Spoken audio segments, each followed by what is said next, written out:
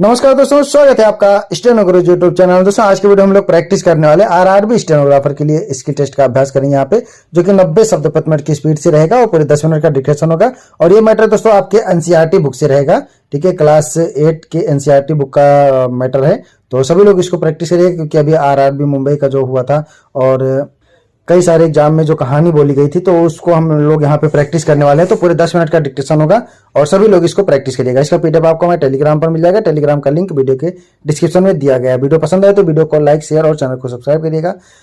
इसके अलावा दोस्तों अगर आप डेली डिक्टेशन चाहते हैं तो आप चाहें तो चैनल का मेंबरशिप ले सकते हैं, पेड ग्रुप को ज्वाइन कर सकते हैं। अधिक जानकारी के लिए आप हमें मेल कर सकते हैं। हमारी मेल आईडी है std4stenographer@gmail.com।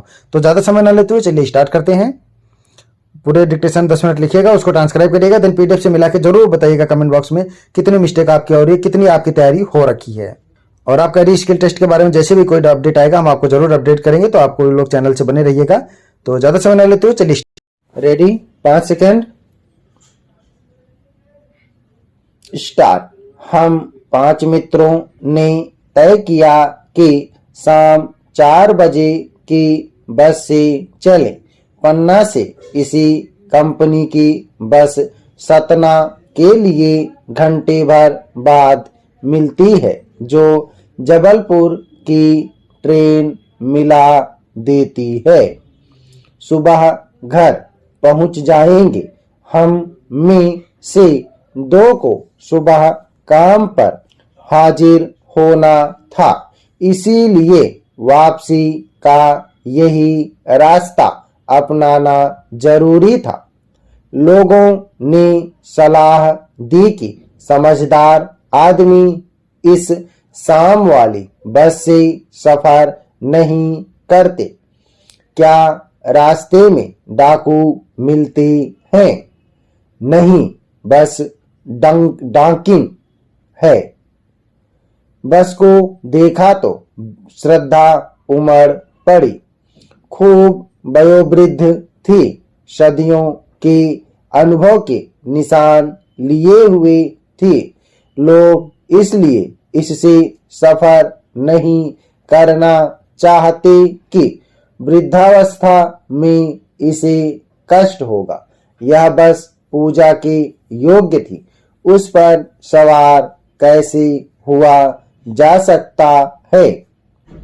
बस कंपनी के एक हिस्सेदार भी उसी बस से जा रहे थे।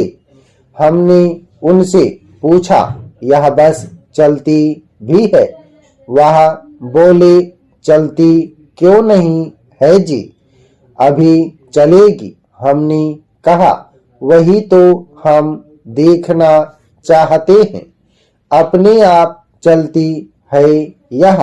हाँ जी, और कैसे चलेगी? गजब हो गया, ऐसी बस अपने आप चलती है। हम आगा पीछा करने लगे। डॉक्टर मित्र ने कहा, डरो मत, चलो, बस अनुभवी है, नई नवेली बसों से ज्यादा विश्वसनीय है, हमें बेटों की तरह प्यार से गोद में लेकर चलेगी।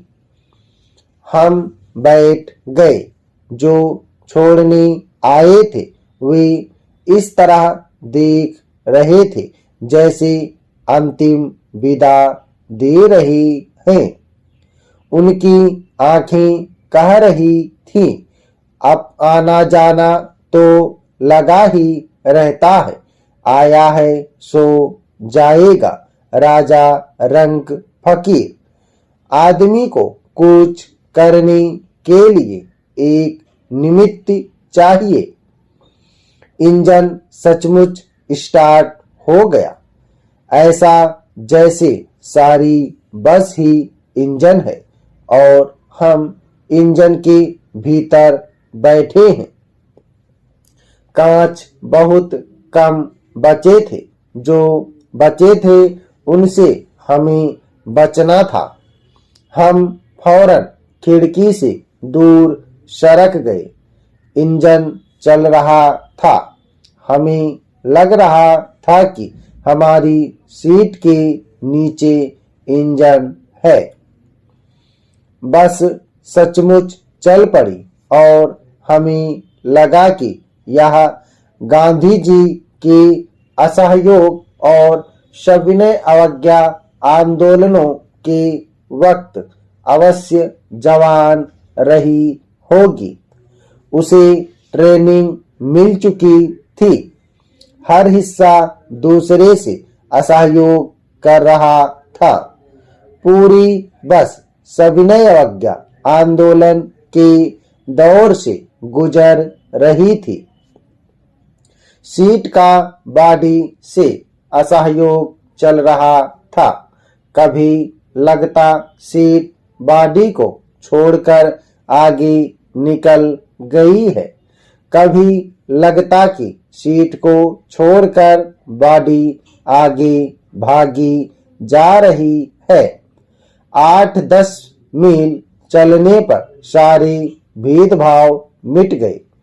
यह समझ में नहीं आता था कि सीट पर हम बैठे हैं या सीट हम पर बैठी है।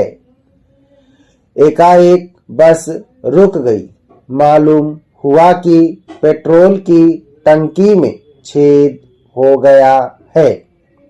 ड्राइवर ने बाल्टी में पेट्रोल निकालकर उसे बगल में रखा और नली डालकर इंजन में भेजने लगा।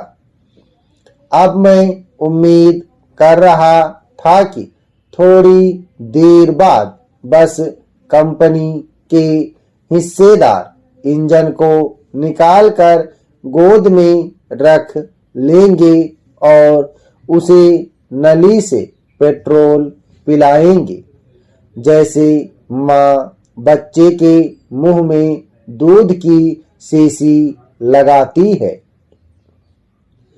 बस की रफ्तार अब 15-20 मील हो गई थी। मुझे उसके किसी हिस्से पर भरोसा नहीं था। ब्रेक फेल हो सकता है, स्टीयरिंग टूट सकती है। प्रकृति के दृश्य बहुत लुभावने थे। दोनों तरफ हरे भरे पेड़ थे जिन पर पक्षी बैठे थे। मैं हर पेड़ को अपना दुश्मन समझ रहा था। जो भी पेड़ आता डर लगता कि इससे बस टकराएगी।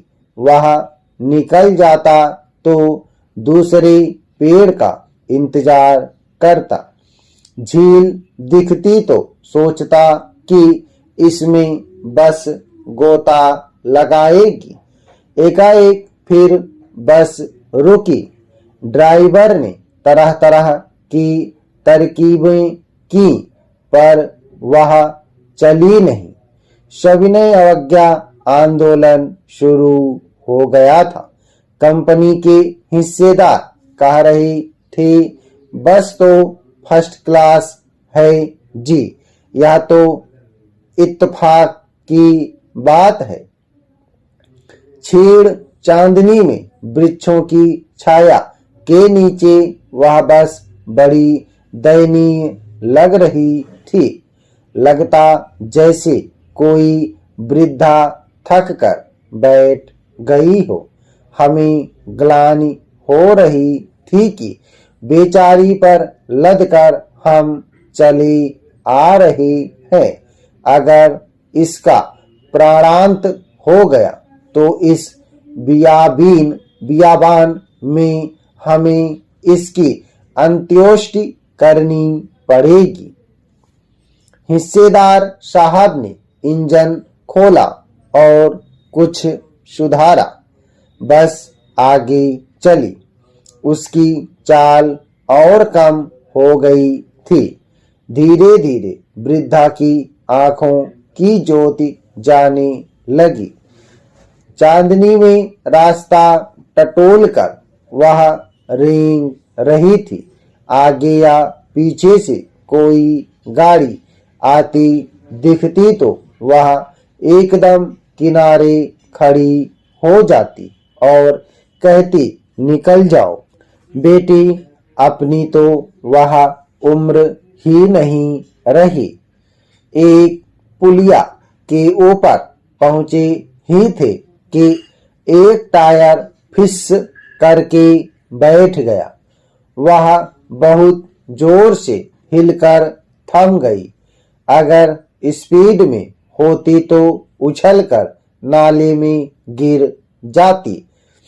मैंने उस कंपनी के हिस्सेदार की तरफ पहली बार श्रद्धा भाव से देखा। वह टायरों की हालत जानते हैं, फिर भी जान हथेली पर लेकर इसी बस से सफर कर रही हैं। उत्सर्ग की ऐसी भावना दुर्बल है।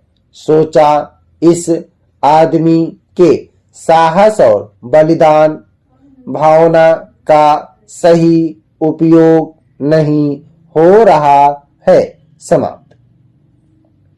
ओके दोस्तों, आप लोग इसको प्रैक्टिस करिएगा। सभी लोग मैटर को प्रैक्टिस और ट्रांसक्राइब करेंगे। एनसीईआरटी के बुक का है, ठीक है। तो आपके एग्जाम के पर्पज आप भी से बहुत इंपॉर्टेंट है। सभी लोग इसको प्रैक्टिस करिएगा। इसमें बसों का थोड़ा सा पर्सोनिफाइड किया गया है, ठीक है, मानवीकरण किया गया है उसको। तो आप लोग इसको प्रैक्टिस करिएगा, ठीक है। अच्छे से शब्द आए हैं, हो सकता है आपके डिक्टेशन में इस टाइप के शब्द आ सकते हैं। तो हर टाइप के मैटर से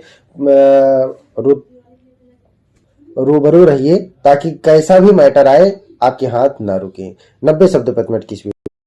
उम्मीद है कि दोस्तों वीडियो आपको पसंद आया होगा, तो वीडियो को लाइक कर देना। और अगर अभी तक आपने हमारे चैनल को सब्सक्राइब नहीं किया तो प्लीज़ सब्सक्राइब करके नोटिफिकेशन बेल ऑन करना। और दोस्तों, अगर आप डेली डिस्कशन चाहते हैं तो आप चाहें तो चैनल का मेंबरशिप ले सकते हैं या हमारे पेड ग्रुप को ज्वाइन कर सकते हैं। अधिक जानकारी के लिए आप हमें मेल कर सकते हैं। हमारी मेल ID है studyforstenographer@gmail.com। अपना बहुमूल्य सुझाव में कमेंट बॉक्स में जरूर देना। वीडियो को पूरा देखने के लिए बहुत बहुत धन्यवाद। Thanks for watching. जय हिंद, जय भारत।